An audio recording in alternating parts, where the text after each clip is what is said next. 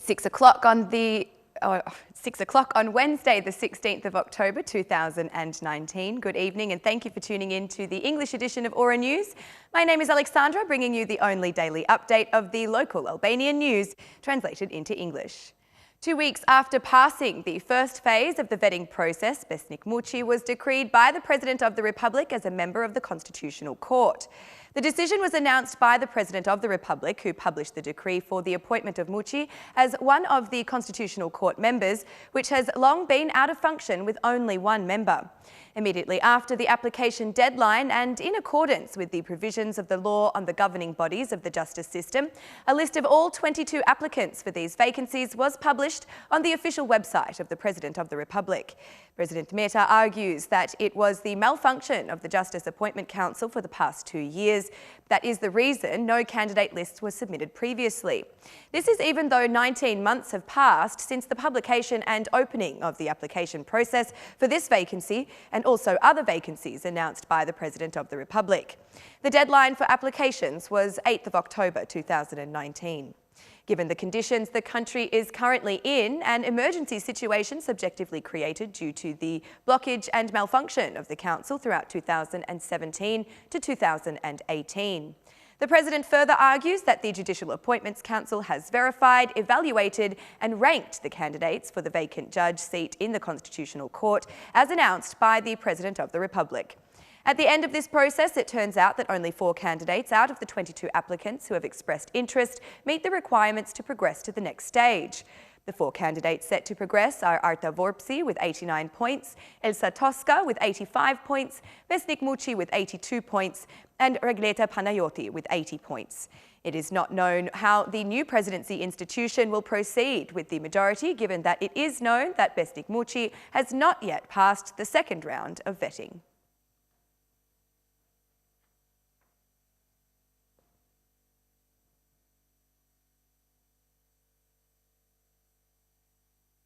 The majority will not withdraw from the fight for President Ilir Meta's dismissal, despite the Venice Commission expressing in its final opinion that launching procedures for the dismissal of the head of state may not be justified. The Socialist Party Parliamentary Group Chair, Talent Balla, said that this commission would continue its work within the deadline set by the Assembly and the next meeting would take place next week. Every deliberate violation of the Constitution is naturally a serious violation, regardless of the person who commits it, even the President of the Republic.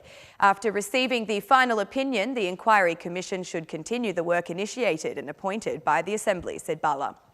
But despite the Socialist Party's persistence on the dismissal of the head of state, Ilir Meta, the majority has not yet thought of a successor, as it will await the final ruling of the Constitutional Court. The Assembly is just one stage of the process. It is the Constitutional Court that determines the final outcome. Although, according to Balla, the Venice Commission clearly stated that the government was not to blame for the opposition boycott, the majority is open to dialogue as long as it is unconditional. The Venice Commission adopted their final opinion on President Ilir Meta's decision to cancel the June 30 elections as an election date on October 11. In its opinion, the Commission stated that its experts were of the opinion that although the President could have acted beyond his constitutional powers, his action might not justify dismissal.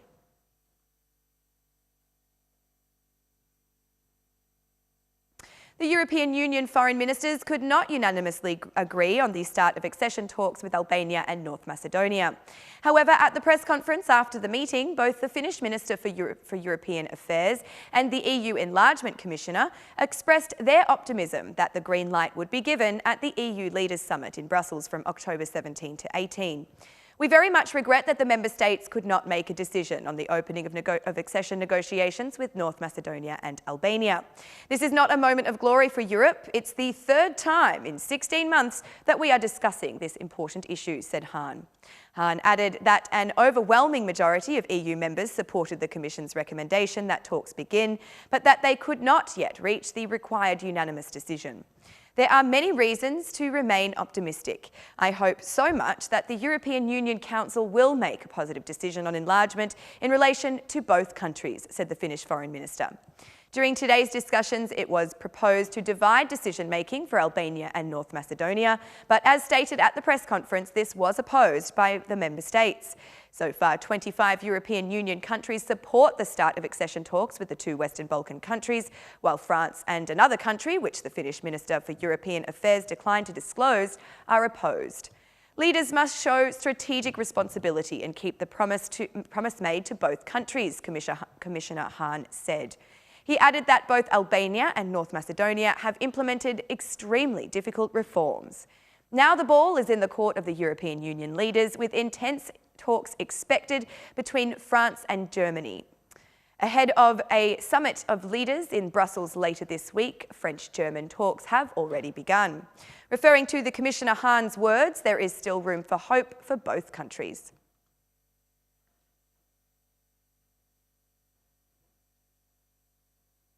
Tirana's penal court has released former MP Clevis Baliu and 9 other protesters who were arrested in the Astir area last Sunday. The hearing for the 10 detainees lasted about 2 hours and was held behind closed doors, with the result being an obligation to appear issued for all 10 who stood before the judge. The prosecution demanded this security measure arrest in jail for all the defendants and insisted their detention was legal. The prosecution presented as evidence the police services and film footage of the media, which were opposed by defence lawyers who argued they could not be held in prison with such evidence.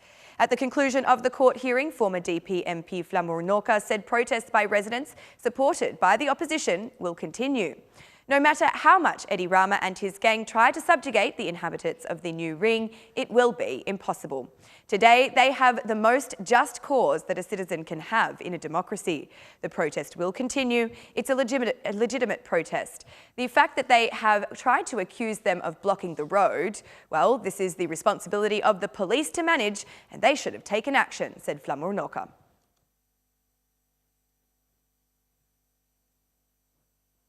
Expectations for Albania's economic growth from the International Monetary Fund have been reduced. The latest report by the institution predicts that the level of economic growth will be only 3%, while in April the forecast for this year was 3.7%. The International Monetary Fund is the second international financial institution to lower its outlook for the Albanian economy. Just a few days ago, the World Bank estimated that the Albanian economy will not grow by more than 2.9%. As such, it appears that the International Monetary Fund is more optimistic than the World Bank. The lack of rainfall has directly affected the production of electricity and is considered one of the main causes of the decrease in the expected economic growth in Albania. Another reason for the slowdown of economic engines is the conclusion of large investments that contribute, such as the TAP pipeline. According to Instat, the economic growth in the second quarter was only 2.31%, while as of 6 months it is estimated to be 2.36%, or half of last year, which was the highest growth rate for the last decade at 4.06%. Udina Haidari has considered the initiative to dismiss her from duty as coming from the external opposition. In a special press release, she blamed 3 particular individuals. I remind you that there are 3 people asking for my dismissal, people who have not made any parliamentary contribution nor any legislative initiative. It is a well-planned attempt by these 3 people, Korablita, Alben Zaneli and Arben Elezi. These 3 people continue to put tremendous pressure on the opposition. We will not allow them to destroy the opposition despite these attempts from outside. The opposition will become even stronger. Haidari stressed that the aim is to stop the contribution of the parliamentary opposition that, according to her, has the support of internationals. Regarding the requirement for the electoral reform, Haidari says that with a change of system, we can move away from the dependence on party leaders. However, Alban Zaneli says Haidari violated the parliamentary group rules. For Udina Haidari, the internationals have supported Albania in the integration process, but it is Basha and Rama who do not allow progress.